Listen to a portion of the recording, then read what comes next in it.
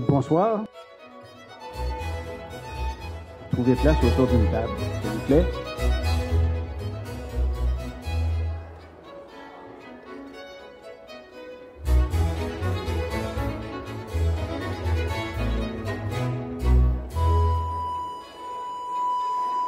Je me présente Michel Rioux. Je suis un ancien membre du conseil d'administration de Point Sud, vice-président et président pendant une période. Alors, merci d'avoir accepté l'invitation de saluer notre ami Maurice Giroux. Il y a quelques personnes dont je voudrais signaler la présence. Madame Martine Ouellette, la députée de Vachon. Monsieur Bernard Brinville, le député de Marie-Victorin. Madame France Dubé, qui représente la mairesse Madame Saint-Hilaire, qui est la présidente de l'arrondissement du Vieux-Longueuil. Madame Carole Dussault, qui est la représentante de Madame Lamarre, la députée de Taillon.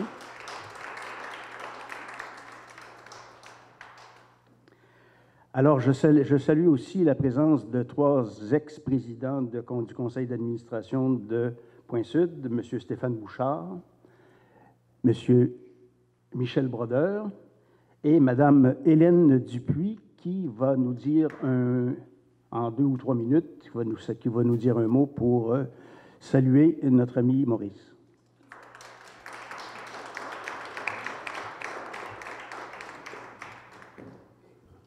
Alors, j'ai décidé que je commençais par le négatif. Alors, pourquoi je dis le négatif? Parce qu'on s'est parlé récemment, et moi, j'arrive de France, où je suis allée faire un pèlerinage dans le Perche, où je suis allée méditer devant la maison de Toussaint Giroux, qui est né en 1633 sur la ferme Le Bignon à Réveillon. Et j'ai eu une pensée pour Maurice, et je me suis dit, en prenant les clichés, quand je vais revenir, je vais aller lui porter une belle photo de la maison, que je dirais une masure, de Toussaint Giroux. Alors, on se parle, puis là, il me dit... Non, on n'est pas de la même lignée. Alors, quelle déception d'apprendre que les Giroux de Maurice et ma branche maternelle n'ont pas la même source. Alors, j'ai lu que tu étais allé en Provence faire un petit peu de travail, alors que j'étais dans le nord de la France. Ça va mal, hein? Ça ne marche pas notre affaire. Ma déception, c'est que j'aurais aimé qu'une tête aussi bien faite, comme disait Montaigne, toi qui aimes bien les grands classiques, fasse partie de ma famille. Alors, ça ne fait pas partie de ma famille, c'est mon petit côté négatif. Cette belle tête de philosophe, pleine d'histoire, de politique, de droit, de sociologie, d'économie, une belle tête d'humaniste finalement, réussit, grâce à un esprit et une analyse peu commune, à mettre en place une réflexion toujours judicieuse des événements qui se passent tant au niveau local que national. Maurice est un intellectuel aussi pratique, qui a opté pour le journalisme comme moyen de communication pour le fruit de ses réflexions. Une communication toujours soutenue par une plume claire, coulante, concise et ô combien intéressante. Pratique, bien sûr, puisqu'il met en place des outils, il a mis en place des outils de communication pour rejoindre le plus grand nombre et s'intéresser à tout ce qui est communautaire et social. Moyens radiophoniques, papier, des journaux pour Point Sud, entre autres, et même électronique. Alors, notre point de rencontre à nous aura été avec le papier, c'est-à-dire avec Point Sud, et que de travail pour mettre au monde un journal. Mesdames, accoucher, ce n'est rien. Hein, c'est rien à côté d'un journal. Mais il a vu le jour. Le jour, ça dit quelque chose aussi, le jour? OK. Alors, j'ai vraiment apprécié de côtoyer ce bel esprit, dévoué, têtu, acharné, qui ne recule devant aucun obstacle pour atteindre ses buts, et ça, toujours dans le souci de préserver la liberté d'expression qu'il a défendue et qu'il défend toujours avec énormément de ténacité. Il faut bien dire que derrière les hommes intéressants, il y a toujours une compagne. Et la compagne, qu'on connaît bien, c'est Claudette, qui soutient, qui a encouragé, qui calme, qui freine, qui, bien sûr, fait tout le travail plus discret. Cette Claudette qui est une femme tellement sympathique, chaleureuse et en plus toujours belle.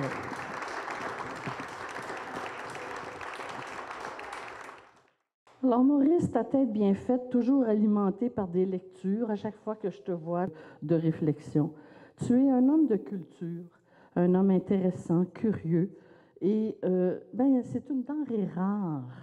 C'est une denrée rare, et bien, par contre, c'est très essentiel dans une communauté d'avoir des gens comme toi. Absolument. Ça nous met dans la droiture, ça nous met dans la bonne réflexion, ça nous guide vers des moments de pensée plus réfléchis. Je te souhaite du bon temps, savoure-le, parce qu'il s'écoule pas mal plus vite qu'on ne le pensait quand nous étions très jeunes. Alors, finalement, dommage que tu ne sois pas dans ma lignée.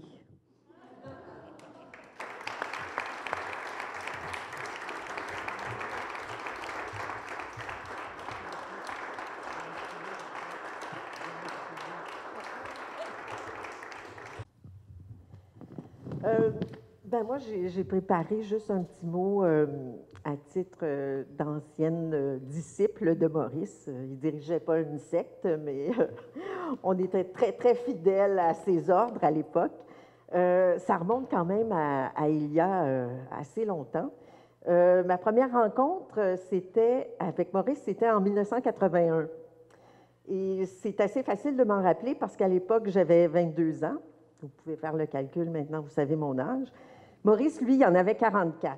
Alors, exactement 22 ans de différence. Ça ne peut pas s'oublier. Alors, c'est ça. Ça faisait 22 ans d'écart. Et pour moi, Maurice, c'était pas seulement un journaliste chevronné. C'était un monsieur d'un certain âge. À l'époque, je trouvais ça vieux, 44 ans.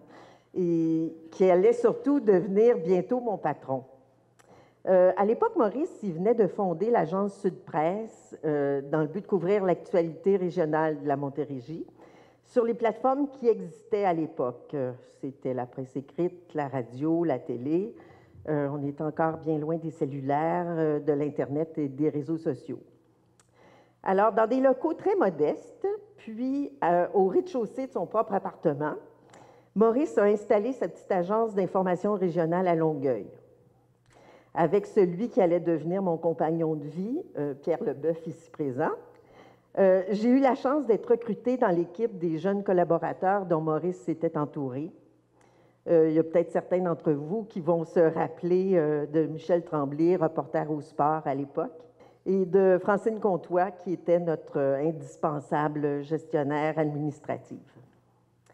C'est donc sous la houlette de Maurice que ces novices ont appris les rouages du métier, ces novices que nous étions. Merci au projet Pige, ou je ne sais pas si c'était Pile, je ne me souviens pas vraiment de l'appellation, mais ces projets-là ont financé nos salaires pendant une période hautement formatrice. Parce que Maurice, ce travailleur infatigable, avait certes pas l'intention de nous laisser chômer, loin s'en faut. Très loin s'en faut. Nos journées étaient longues et nos nuits très courtes. Malgré notre inexpérience, Maurice n'a pas hésité une seconde à nous lancer dans la fosse aux lions sur tous les fronts. On n'osait jamais lui dire non parce que Maurice était un patron aussi exigeant, sinon plus, envers lui-même qu'à l'égard de ses recrues. Au début des années 80, l'agence assurait l'animation et alimentait en nouvelles les Réveils matins, une émission quotidienne d'information, et Rive-Sud Express, une revue hebdomadaire d'actualité au Canal 9, qui était la station de télé communautaire de Vidéotron à l'époque. Oh oui, sans compter nos topos diffusés dans différentes stations radiophoniques, CKBS, CJMS, CKAC, les articles aussi que nous écrivions sur une machine à écrire, même pas électrique à l'époque, pour les journaux de la région, le Courrier du Sud, l'Œil régional, le Journal de Chambly, celui de Saint-Bruno, le Brossard Éclair, et j'en passe. Il me semble qu'il y en avait encore quelques autres. Armés d'un micro et d'un gros magnéto, nous montions à l'assaut des conférences de presse et des conseils municipaux de la Montérégie, des dîners-causeries de la Société pour le progrès de la Rive-Sud. J'imagine que c'est une société défunte, hein, ça fait un petit bout. De la Chambre de commerce de la Rive-Sud, des congrès des associations touristiques régionales, des assemblées de commissaires des commissions scolaires de la région. Bref, on n'avait jamais le temps de s'ennuyer quand on travaillait à l'agence. Pourtant, vers 1982, les jeunes employés de Maurice commencent à explorer d'autres horizons et plusieurs migrent alors dans la métropole. Mais aucun d'eux n'oubliera l'exceptionnelle formation qu'ils ont reçue dans l'agence Sud Presse, qui est l'ancêtre de CHAA-FM, de Point Sud et de Média Sud. Après tant d'années, qu'est-ce que Maurice a bien pu me léguer? Sur le plan professionnel, je dirais d'abord la curiosité, la rigueur, l'intégrité et le goût du travail bien fait. En plus d'une sainte horreur des phrases avec trop de pronoms relatifs, des qui, des que, des. Ça, Maurice n'aimait pas ça. Ce que je retiens de l'homme, c'est sa générosité, sa bienveillance, son ouverture d'esprit. Il en fallait beaucoup à l'époque avec ses jeunes recrues, et la fidélité à ses convictions. Pourquoi je considère Maurice comme mon mentor? Je l'ai souvent dit à plusieurs personnes que j'ai côtoyées dans ma vie professionnelle. D'abord, c'est parce qu'il m'a fait confiance à moi qui ne connaissais rien au journalisme. Encore aujourd'hui, quand j'y pense, j'en reviens pas. Mais aussi parce que chaque jour, je me réfère encore aux valeurs qu'il m'a transmises pour accomplir au mieux le métier que j'ai choisi dans le domaine de l'édition. Maurice est pour moi un champion et le restera toujours. Je me doute que c'est aussi le cas pour les nombreux jeunes qui vont continuer à marcher dans son sillon. Merci pour tout, Maurice Giroux.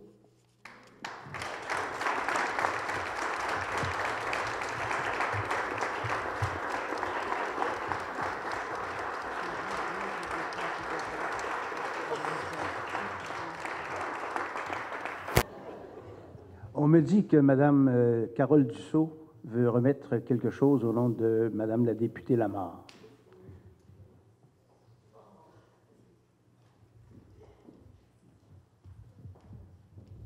Merci. Alors, Mme Lamarre, vous l'aurez compris, est retenue dans le cadre de ses fonctions de critique en matière de santé et d'accessibilité aux soins.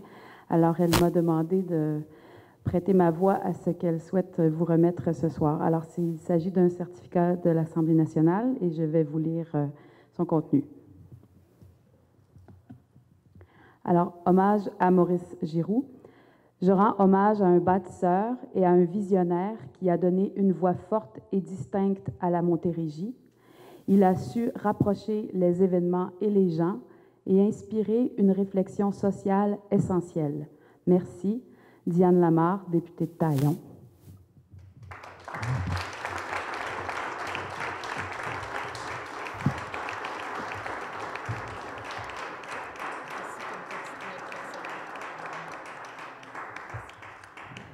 Alors, je demanderai maintenant au député de Marie-Victorin, M. Drainville, de venir nous adresser la parole. Merci. Bonsoir tout le monde. Salut Martine. J'aimerais saluer aussi la présence de Nick Leblanc, qui a été président de la Chambre des député, dis-je, à la Chambre des communes pendant 13 ans, je pense, quelque chose comme ça. Salutations à vous tous. Maurice, je t'ai connu comme député en 2007. Et comme tu le sais, je suis un ancien journaliste, moi aussi. Alors, je pense que je suis capable d'en reconnaître un bon quand j'en vois un. Et j'ai vu en toi un très bon journaliste. Alors, pour souligner tout le travail que tu as fait, tout ce que tu nous as apporté comme communauté, toute la contribution que tu as faite à notre communauté. J'ai décidé de te remettre la médaille de l'Assemblée nationale. Et j'ai écrit un texte qui résume les raisons pour lesquelles je te la remets ce soir. Alors, si tu me permets, je vais te lire ce que j'ai écrit. Alors, Longueuil, le lundi 23 novembre 2015. Lors d'une soirée empreinte d'émotion, le député Drainville a remis la médaille de l'Assemblée nationale du Québec à M. Maurice Giroux pour souligner son engagement citoyen et sa contribution remarquable à la presse communautaire et indépendante. Maurice, c'est un incontournable dans la région. Incontournable pour son apport à la vie citoyenne et communautaire, incontournable pour sa carrière journalistique, incontournable pour sa recherche inlassable, dis-je bien, de la vérité. Il a toujours été d'une ténacité incroyable. Je peux vous dire qu'il ne lâchait pas le morceau facilement. En préparation d'un point de presse, je me demandais souvent quelle question Maurice pourrait bien me poser. Ça, c'est vraiment vrai, je peux vous dire. L'inscription gravée sur la médaille de l'Assemblée nationale évoque son immense contribution dans la région. Alors, ce qui est écrit sur la médaille que je vais te remettre dans un instant, Maurice, c'est ceci. À Maurice Giroux, modèle d'engagement citoyen et artisan de la presse communautaire et indépendante à Longueuil et dans la région. Maurice Giroux a toujours eu une conscience aiguë de la dimension morale des choses. C'est également un être curieux, vigilant, un débusqueur de vérité. Il recherchait inlassablement la vérité et ne se laissait pas intimider. Il veillait sur l'intérêt public, tel un aigle survolant la région, toujours à l'affût des magouilles et autres atteintes à l'intérêt public. On ne compte plus les scoops, les histoires qu'il a mis au jour dans tous les médias auxquels il a été associé. Maurice Giroux a été au cœur de l'actualité de la Rive-Sud des 40 dernières années, toujours dans l'optique d'informer, de dire la vérité, parce qu'il croit fermement à l'importance de la liberté de la presse dans l'exercice de la vie démocratique. Il a cette obsession de livrer une information libre et de qualité pour permettre à ses concitoyens de faire des choix judicieux et de prendre des décisions éclairées, bref, de bien jouer leur rôle de citoyen. Les citoyens de Longueuil et de la Rive-Sud ne savent pas tout ce qu'ils te doivent.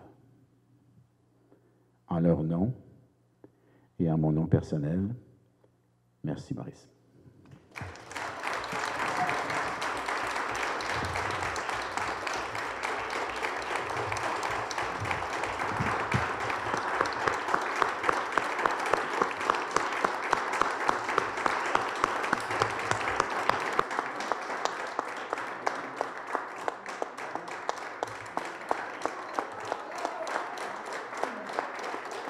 Merci, M. Drainville.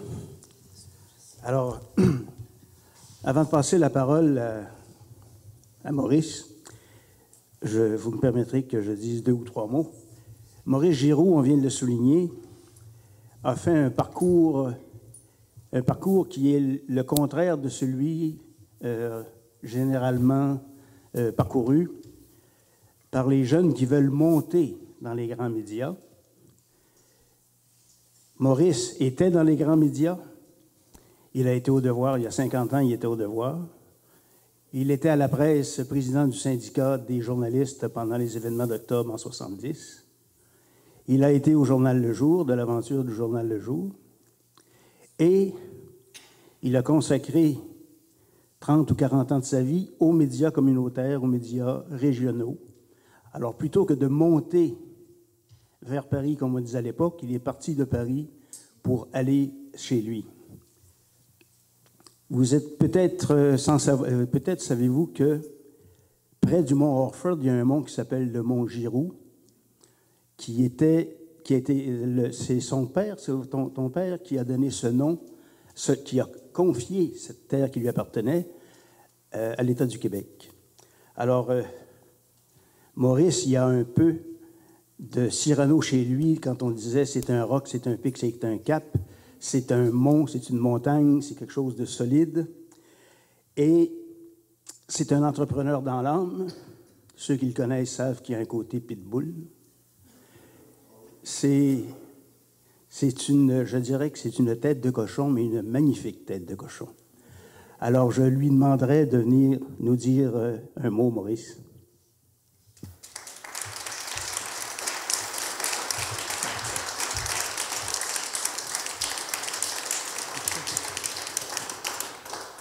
Je vais rester assis, pour le moment en tout cas.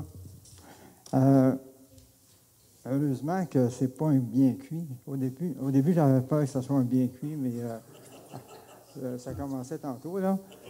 Mais juste une petite correction, c'est pour mon père, c'est qu'il était avocat, il était conseiller législatif dans la région de l'Estrie, il était un ami de Duplessis, et en 1937, un an après ma naissance, les astres ont fait que le parc du Mont-Orford a été créé et que lui, pendant qu'il était malade, il a travaillé jusqu'à la dernière minute pour le Mont-Orford. Donc, c'est beaucoup d'émotions pour moi là-dessus, juste de le dire aujourd'hui. Parce que quand il est décédé, j'avais 8 ans. Ça marque un homme. Donc, j'ai apporté des instruments de travail. Je pense que vous allez vous amuser un petit peu. En fait, j'avais 3 sujets. Parler de ma famille, parler du projet de... Je suis en train d'écrire un journal électronique. J'ai 50 pages de fait déjà, sur mes aventures journalistiques. Le deuxième sujet, ça serait aussi un autre sujet, ça serait de parler justement des médias communautaires actuellement sur la Rive-Sud. Ça ne va pas bien du tout. Ça va pas bien du tout. Donc, je vais commencer par le début, à savoir que je vais parler généalogie.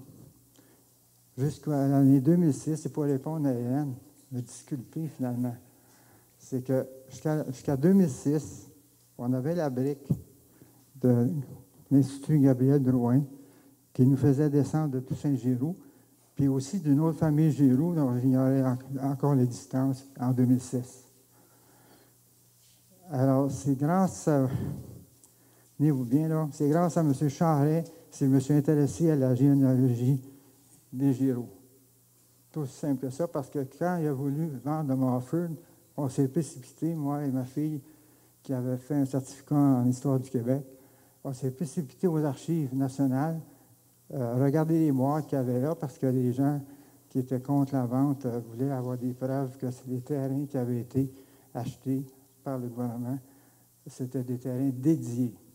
Il y a eu un recours collectif là-dessus, mais ça n'a rien donné. De toute façon, Mme Beauchamp a mis la clé a fermé ce dossier-là parce qu'ils ont reculé. Ils ont reculé. Mon Dieu, je peux vous donner la date. C'est quand M. Charret est venu à Saint-Hubert pour l'élection partielle, M. Diamond. Et il m'a salué. Il dit, M. Giroux, vous étiez en conflit d'intérêt, vous. Comment ça? Il dit, vous avez écrit dans le journal des choses sur le Mont-Orford. Fin de la citation.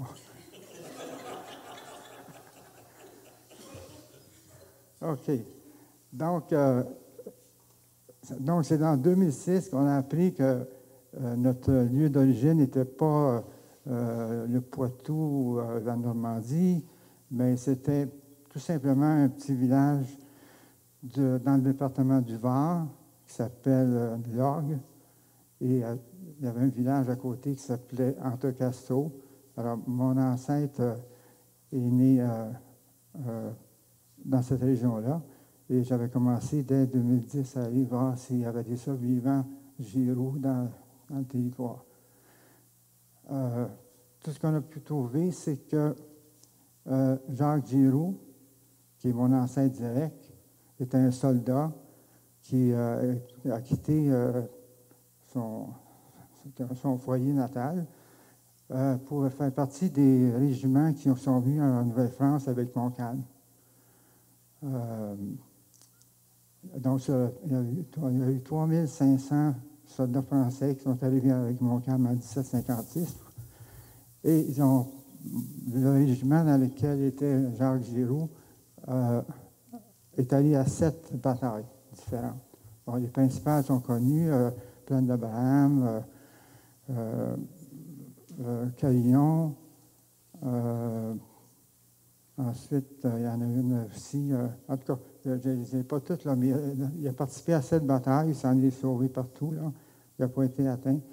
Donc, ça explique un peu, peut-être, l'individu que je suis, batailleur. Parce que cette dynastie-là, pas la dynastie, mais l'arbre généalogique des Giroux, ça commence lorsque le soldat, au lendemain de la conquête de Montréal, de la capitulation de Montréal, il s'est marié à Contrecoeur, pas à Contrecoeur, mais à l'église de Contrecoeur, avec une jeune Française, où je pense qu'il a connu, pendant les hivers que Montcalm était au Québec, les soldats bivouaquaient. Et lui, il bivouaquait sur la rive sud, de Sorel à la Prairie. Je pense qu'il a rencontré quelqu'un de son goût là, à ce moment-là, dans la famille. Et la dame s'appelait Dauphinet. Donc, Dauphinet, je n'ai pas fait enquête encore là-dessus. Mais ça serait bon de voir qu'est-ce qui est arrivé de la section du côté de mon aïeul femme. Donc ça va pour la généalogie. Ma famille. Je vais vous parler un peu beaucoup de mes parents, qui aussi ont eu une influence considérable sur moi. À savoir que, bon, je vais parler de ma mère en premier. Alors, Juliette Bolduc a accouché de Maurice Giroux le 17 novembre 1936. Et pendant les premières semaines, nous habitions le château Frontenac. Pourquoi? Étant donné que la famille était originaire de Carmelsville, Sweetsburg, qu'est-ce qu'on faisait là? Il y avait plusieurs raisons. C'est que toute la famille de ma mère habitait la côte de Beaupré. Son père était médecin, Jean-Baptiste Bolduc. Et quand Jean-Baptiste Bolduc, comme médecin, est devenu aveugle, pendant les 20 années suivantes, ma mère, qui avait 17 ans et plus à ce moment-là, elle lui lisait à tous les soirs les journaux de Québec. Alors, elle était très politisée, ma mère, parce qu'elle lisait constamment sur la politique, d'autant plus que son père était libéral, puis que l'ouverture Giroux, mon père, était conservateur bleu comme ça, là. Alors, ça explique un petit peu l'influence l'influence familiale à plusieurs points de vue. Je me souviens que lorsque nous avions une maison à Norton, au lieu d'avoir une chambre avec porte fermée, je dormais sur une petite mezzanine où il y avait la bibliothèque de la famille.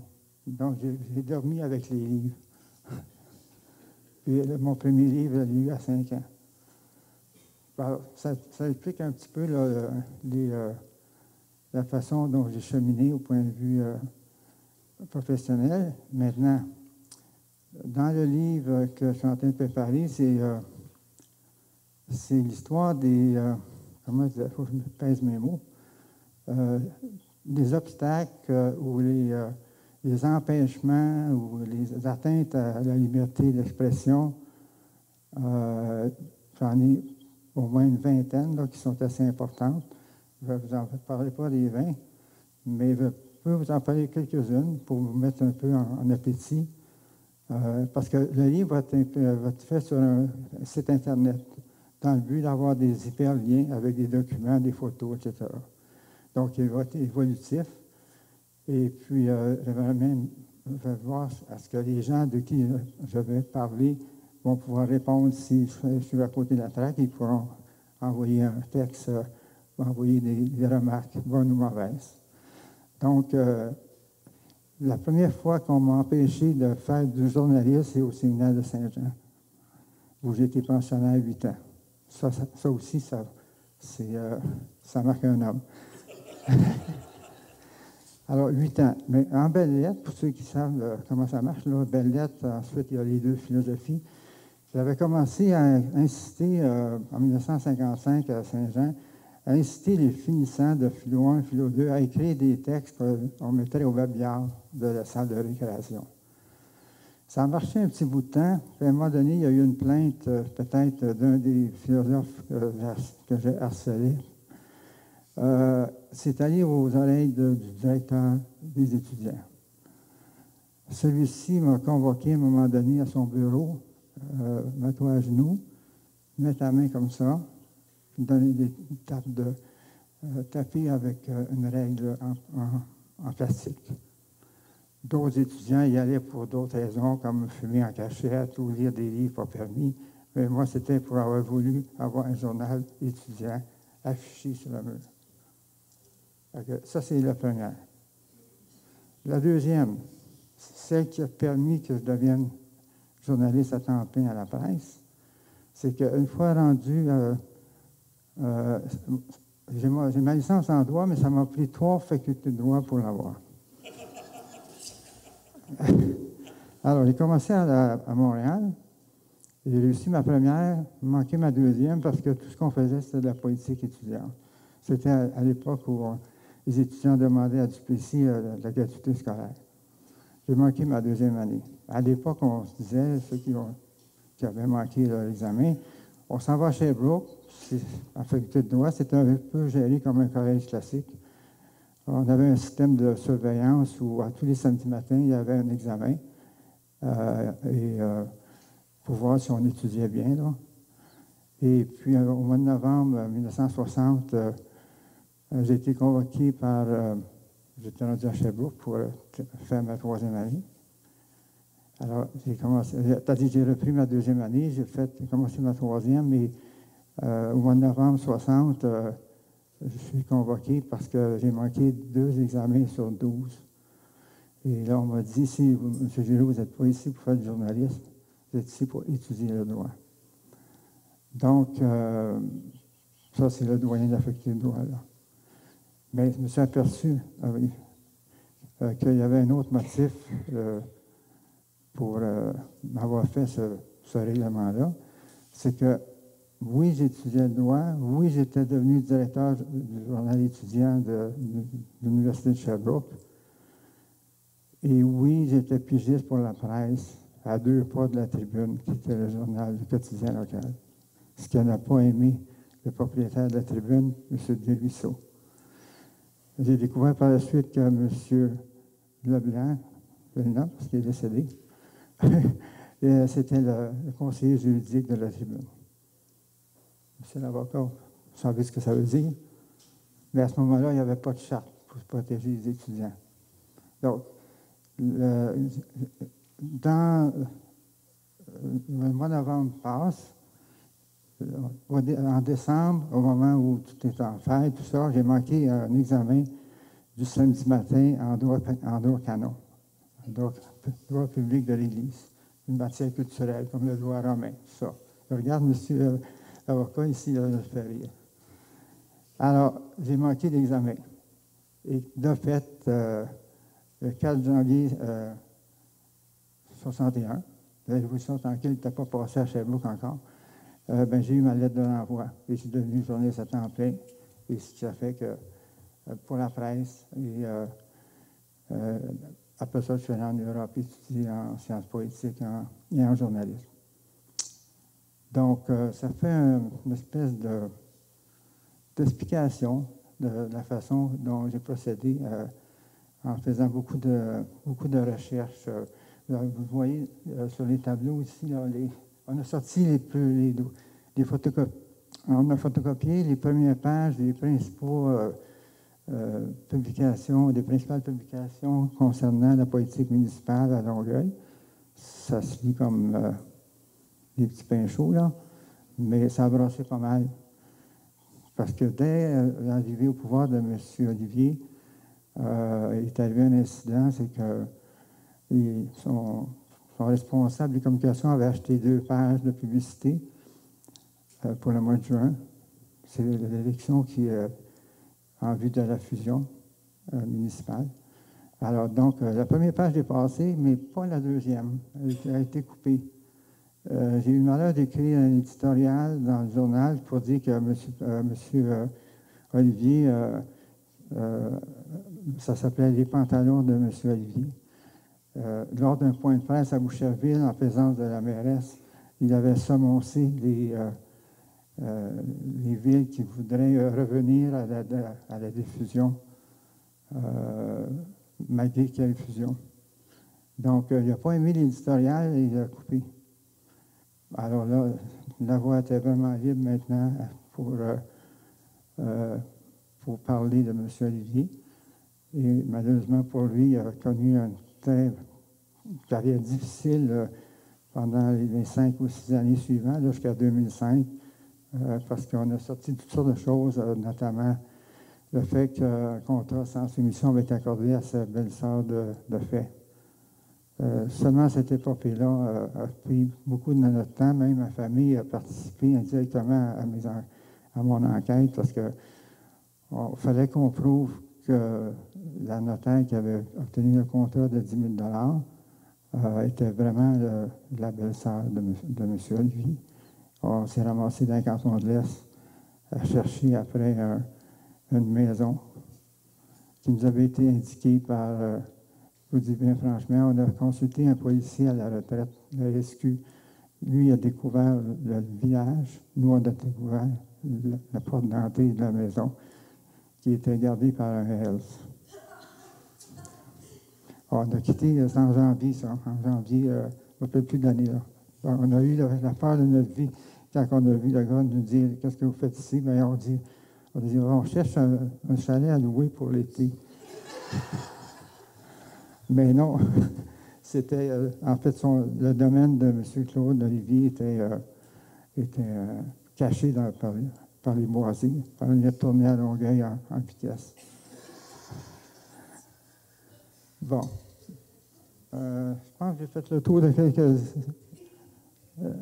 d'autres. Là, il y a eu la fameuse poursuite de Mme Prudhomme. Présidente de la compagnie d'école de pilotage qui nous a poursuivis pour 110 000 $. Ça, c'était un peu le début de la fin pour Mediasud.sud parce que ça nous a coûté quand même assez cher de faire juridique, même si un juge nous a libérés de toute faute. Vous voyez, il y a une page qui dit que le juge nous a exonérés de tout blâme concernant la diffamation. Par contre, on avait demandé, vu que Mme Prudhomme avait été à la tête d'un chiffre d'affaires de 15 millions par année, on a essayé d'avoir invoqué le Code civil pour les pratiques abusives, les poursuites abusives. Ça, le juge ne l'a pas donné.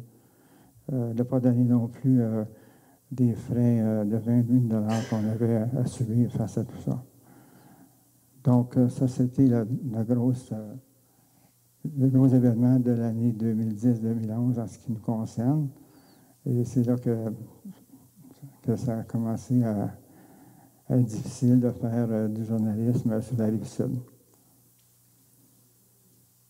Il y a une chose que je pourrais vous dire aussi, c'est que pourquoi avoir tant aimé la politique comme observateur, là, pas nécessairement comme politicien, je ne l'ai jamais été, mais c'est que dans la famille, il y a à peu près dans la famille élargie, Giroux-Bertrand-Turmel, il y a à peu près 15 avocats. Là, depuis 2-3 ans, il y a aussi 2 cousines. Ça fait du monde, ça fait pas mal d'avocats dans la famille, ça. Quand tu dis que quand on pense que mon grand-père était candidat conservateur à Ottawa et à Québec, mon père était candidat conservateur dans Bromissisquoi en 1931, la fameuse année où il y avait des boîtes à double fond, que les libéraux avaient placé des boîtes à double fond. Il y a eu une contestation, une tentative de contester toute l'élection, ça a été refusé. Donc, ils ont donné beaucoup. Mon grand-père était président de la commission scolaire, mon père aussi, à un moment donné. Ils étaient très impliqués au plan local. Et puis, quand j'étais à la petite école, la même école où mon père était président ou secrétaire trésorier, j'arrivais premier en géographie parce que je pouvais nommer les noms des députés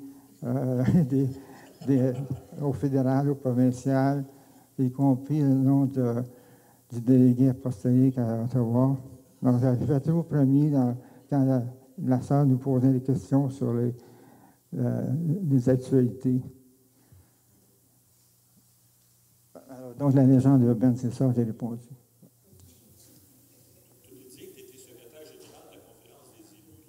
Oui, bien ça a été dit par l'hommage que j'ai eu de Mme la mairesse la semaine dernière. J'ai ici, en arrière, le dernier numéro de Point Sud dans lequel Mme Saint-Hilaire a fait un éloge dithyrambique. Vous pouvez lire le texte intégral dans le journal qui est à la porte là-bas. Mais qu'est-ce que c'est? Visionnaire, bien, moi, à la conférence des maires, j'ai vu les maires. L'autre face cachée du monde politique, c'est les maires à leur meilleur ou à leur pire dans une réunion. Parce qu'à ce moment-là, il était question justement de fusion municipale et puis il y avait une dissension entre les différents maires. Donc, j'ai vu comment ça fonctionnait, là. Les coups étaient donnés. C'est assez mémorable. Et la conférence des maires est tombée par elle-même, justement à cause de ces divisions-là. Et il y a aussi la conférence des maires, par contre, a donné naissance à l'Office des congrès du tourisme de la Rive-Sud, mais ça n'a pas duré. Une fois que la subvention de 150 000 par année pendant 3 ans, payée par la Montérégie, les maires n'ont pas voulu continuer de maintenir en vie l'Office des congrès qui allait très bien. Parce que là, ils avaient peur d'être obligés de payer pour les CLD aussi. Donc, il y avait différentes raisons de ne pas vouloir maintenir le tourisme. Pourtant, le dossier touristique est toujours à l'ordre du jour de la ville de Longueuil. Là. Je ne sais pas où ça en est rendu, là, mais la ville a tenté d'avoir une portion plus importante de promotion dans les publicités gouvernementales, dans les publicités de l'association touristique. Tantôt, on a dit que ça m'a pris 3 facultés de droit pour avoir ma licence. Je dois dire que ça m'a pris 2 épouses pour pouvoir faire ma carrière. Je présente Mme Nicole Théoret, qui est ma première épouse. Puis je pense qu'ils vont aller au ciel, certains, là.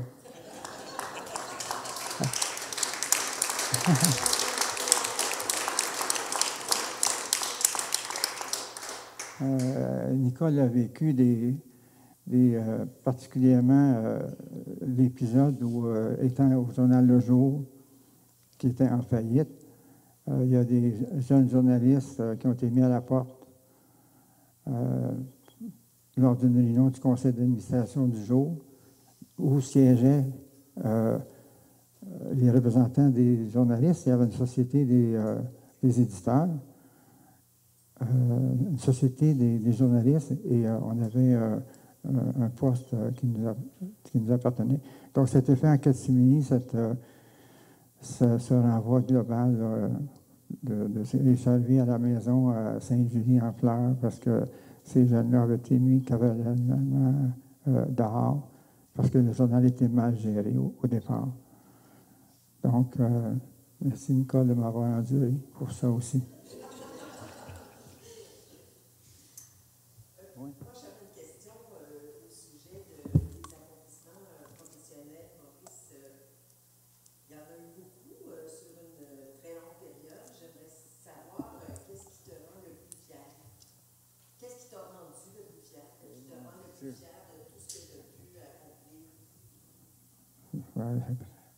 est-ce que j'ai le droit de le dire? C'est la défaite du PML en 2009.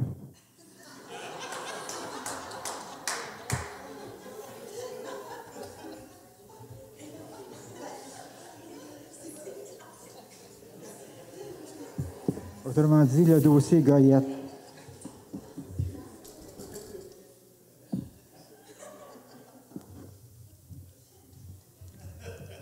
Est-ce qu'il y a d'autres questions, peut-être? Une petite vite. Dans la vingtaine de personnes qui m'ont rabroué, il y a Daniel Johnson. Lors de la fameuse conférence constitutionnelle de 1968, quelques mois avant sa mort, j'étais à Ottawa et il s'approche de moi, il dit « espèce de scout ». Où? Puis il s'en va. Je n'ai pas eu le temps de répondre, là. Fait que, il avait publié l'année précédente « Égalité ou indépendance ». Ça, c'est la version populaire, mais il m'avait aussi donné quelque chose en Maurice Giroux, dont j'admire l'esprit de travail. Mes hommages, Daniel Johnson, novembre 1967. Pourquoi il n'était pas de bonne humeur contre nous? C'est parce que moi, en 1967, j'ai publié un petit livre qui s'appelle La pyramide de Babel, essai politique sur la crise des deux nations canadiennes par Maurice Giroux. C'est une étude sur les structures de l'acte d'union, les structures politiques avec toutes les votes, les parlements, les cabinets qui tombaient un après l'autre sous l'acte d'union, qui a conduit à la Confédération. En fait, c'est à cause de l'acte d'union qu'il y a eu une Confédération. Et dans son livre, il a été aidé pour faire son livre. Là. Pierre Godin, qui a fait la biographie de Johnson, en parle. Dans son livre, il a fait une confusion entre la nation-État et la nation sociologique, la nation politique. Donc, pour lui, la souveraineté, l'égalité, c'était l'égalité de tous les francophones au Canada par rapport au reste du Canada. Ça ne tenait pas debout du tout. Il y a 5 pages de mon livre qui lui est consacré à M. Johnson. En tout cas, il n'a pas aimé que je contredise. C'est un beau projet quand même. Ça pourrait être encore d'actualité. Mais ceci dit, si vous me demandez quel serait mon rêve maintenant, après avoir écrit un livre sur mes activités professionnelles, j'aimerais ça pouvoir écrire un deuxième, revenir à la charge pour le 350e. C'est ça, hein, 350e dans 3 ans. Là, il va y avoir une marée de publicité, de promotion en faveur de ce 350e. Mais j'aimerais ça écrire un livre sur le rôle ou le non-rôle qu'a joué Georges-Étienne Cartier à la Conférence de Québec, où tout s'est passé à huis clos et où lui faisait du lobbying pour ses chemins de fer. J'aimerais ça pouvoir écrire là-dessus. Dans ma bibliothèque, j'ai à peu près une 15aine de volumes qui traitent de Georges-Étienne Cartier par différents historiens. Fait que je fais comme une espèce d'enquête auprès des historiens patentés pour voir qu'est-ce qu'ils ont dit chacun de l'attitude de M. Georges-Étienne Cartier pendant que tout se décidait. À cette conférence-là, il y avait 33 délégués, dont seulement 3 francophones, dont M. Cartier. Alors, on se demande pourquoi des dossiers comme le pétrole, le fleuve Saint-Laurent, les chemins de fer, tout ça nous a échappé. Et la question de la langue française dans les autres provinces, qu'est-ce qu'il faisait pendant ce temps-là? Mes relations avec M. Johnson puis avec l'Union nationale ont été un petit peu bizarroïdes parce que mon beau-frère, Jean-Jacques Bertrand, qui autrefois était libéral mais qui est devenu Union nationale grâce à mon père, il était élu dans Bromésiquois. C'était pas clair, là, comment je me comportais avec lui. Donc, quand le délégué général a dit que je ne pouvais pas me rendre à Paris si j'écrivais, je ne sais pas si ça s'est discuté à son niveau. Je n'ai jamais demandé rien à mon beau-frère, jamais, jamais. Mais je sais qu'il n'a pas aimé, la famille Bertrand n'a pas aimé du tout le fait qu'étant directeur de chef de pupitre à la presse, à un moment donné, il y a eu un sondage CROP et on m'a demandé de faire un article là-dessus. Ben, je l'ai fait, mais le titre de l'article, c'était l'Union nationale pique du nez. Alors ça, c'était deux semaines avant les élections de 1970, où M. Bourassa a gagné les élections. Donc, j'en ai parlé un petit peu à la famille, mais je ne sais pas si ça peut avoir joué. Aucune idée.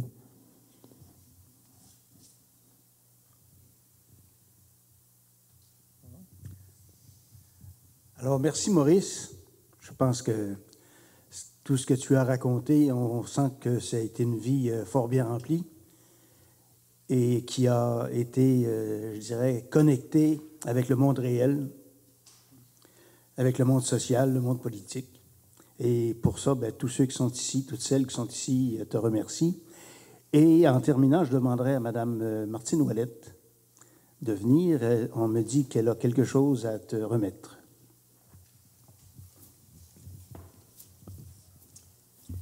Merci. Un petit cadeau symbolique. Moi, j'ai connu Maurice, ça fait 25 ans. J'étais jeune militante au Parti québécois de Taillon à l'époque. Donc, c'est là qu'on s'est connus. Et moi, je veux reconnaître ta volonté de t'impliquer au niveau de l'information locale. Parce que j'ai eu l'occasion d'aller beaucoup dans les régions. Et vous savez, c'est pas facile quand on est dans la grande région de Montréal de pouvoir avoir de l'information locale. Et Maurice, vraiment, a mis beaucoup d'efforts pour qu'on puisse avoir de l'information et déterrer des dossiers pas toujours simples. Il en a parlé un petit peu, l'aéroport de Saint-Hubert, d'ailleurs toujours pas terminé, toujours pas réglé 5 ans plus tard. Et aussi des dossiers, des fois peut-être plus délicats, comme celui de la construction résidentielle et du dézonage. Donc, je pense qu'il ne s'est jamais gêné pour aborder des dossiers qui sont difficiles, des dossiers qu'il savait qui pouvaient peut-être lui nuire parce que les personnes impliquées avaient beaucoup à perdre. Et lui, ne s'est jamais arrêté à ça pour pouvoir fouiller ces dossiers-là, qui étaient des dossiers souvent pas toujours net. Et je pense que ça, il faut le féliciter de toute cette information-là, sa rigueur et sa grande honnêteté. Et en terminant, permettez-moi aussi de saluer Pierre Desgirard, qui a été maire de Saint-Hubert de 88 à 96. Donc, avant que je fasse de la politique à Saint-Hubert, mais j'en ai beaucoup entendu parler, donc ça me fait plaisir. Et Bernard, mais aussi, Bernard a fait un petit lapsus tantôt qui n'en était pas un, en présentant Nick Leblanc en disant président de la Chambre, puis non, député du Bloc, mais oui, aussi président de la Chambre de commerce de Longueuil. Et juste en terminant, j'y pensais. Moi, j'aimerais ça que, dans son dernier chapitre sur son livre sur Cartier, qui saute plusieurs années, parce que c'est sur les chemins de fer, et ça m'adonne que de ce temps-ci, je travaille beaucoup là-dessus. Et on a un autre personnage qui, en 1995, a privatisé les chemins de fer. Et moi, je me demande bien pourquoi aussi.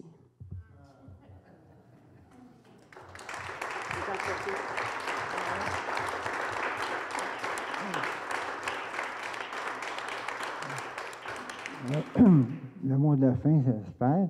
Mais j'avais dit tantôt, je voulais vous parler brièvement des médias communautaires de la Rive-Sud. Je suis très inquiet de la situation. Sans entrer dans les détails de ce qui se passe actuellement à Pointe-Sud, il y a un gros problème. Même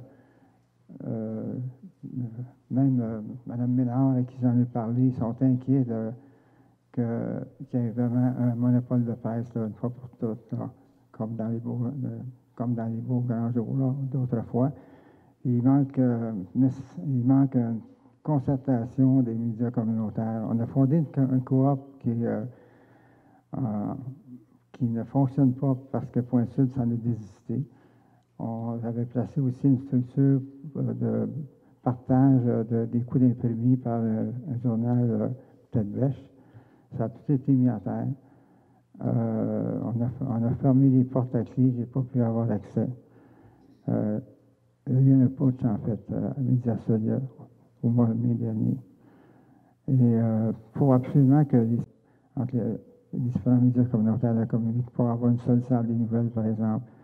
Donc, moi, je lance l'appel, s'il y a des volontaires de pousser cette idée-là, je ne sais pas du tout où Point Sud s'en va. Je ne sais pas du tout.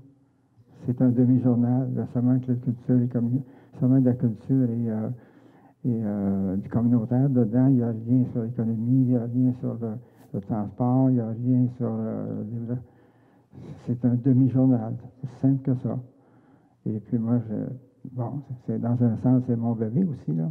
Mais moi, je ne pensais pas que mon bébé tombait dans des mains qui ont servi plutôt à démolir ce que j'avais mis en place pour sauver la mise.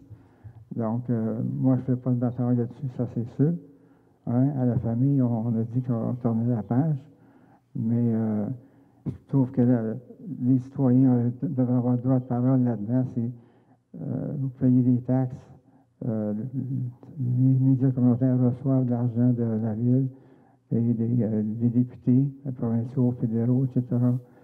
Donc, il faut absolument qu'il y ait quelqu'un qui se lève debout là, avec...